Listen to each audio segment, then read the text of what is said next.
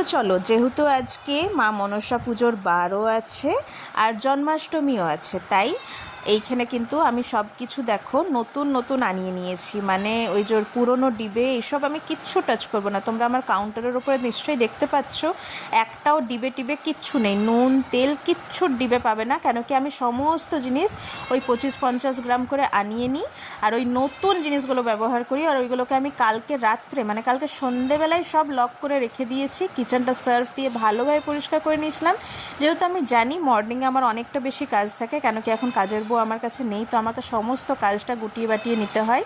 তো দেখো আমি সব কিছু কিন্তু আলাদা করে আনিয়েছি, কোনোটাই ঠেকাঠেকি কিছু নেই।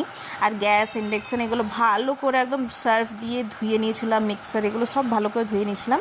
তো এখন ব্রেকফাস্টটা রেডি করব। মেয়েও কিছু খায়নি, চান টান করে বসে আছে।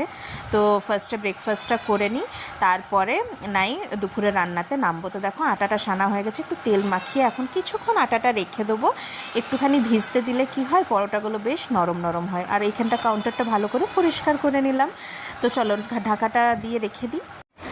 আজকে ব্রেকফাস্টটা একটু জলদির মধ্যেই হবে, কেন কি উঠেছিও জলদি, তাই খিদেও পেয়েছে জলদি।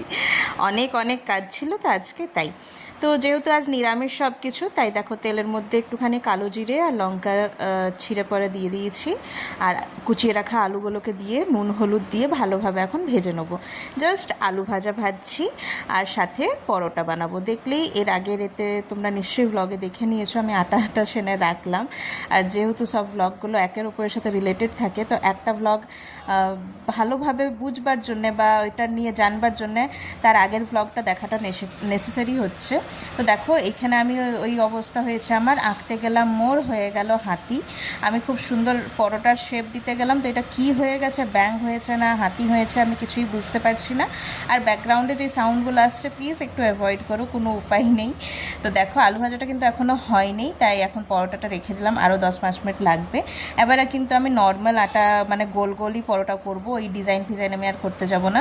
তো দেখো যেহেতু মানে অনেকটা বেলা হয়ে গেছে, তাই মেয়েকে ফার্স্টে জলখাবারটা দিয়ে দেবো, মুছে নিলাম ভালোভাবে। এবারে মেয়ের থালাটা রেডি করে দিই, ওকে জলখাবারটা দিয়ে দিই, ও যাতে জলখাবারটা টাইমলি খেতে পারে।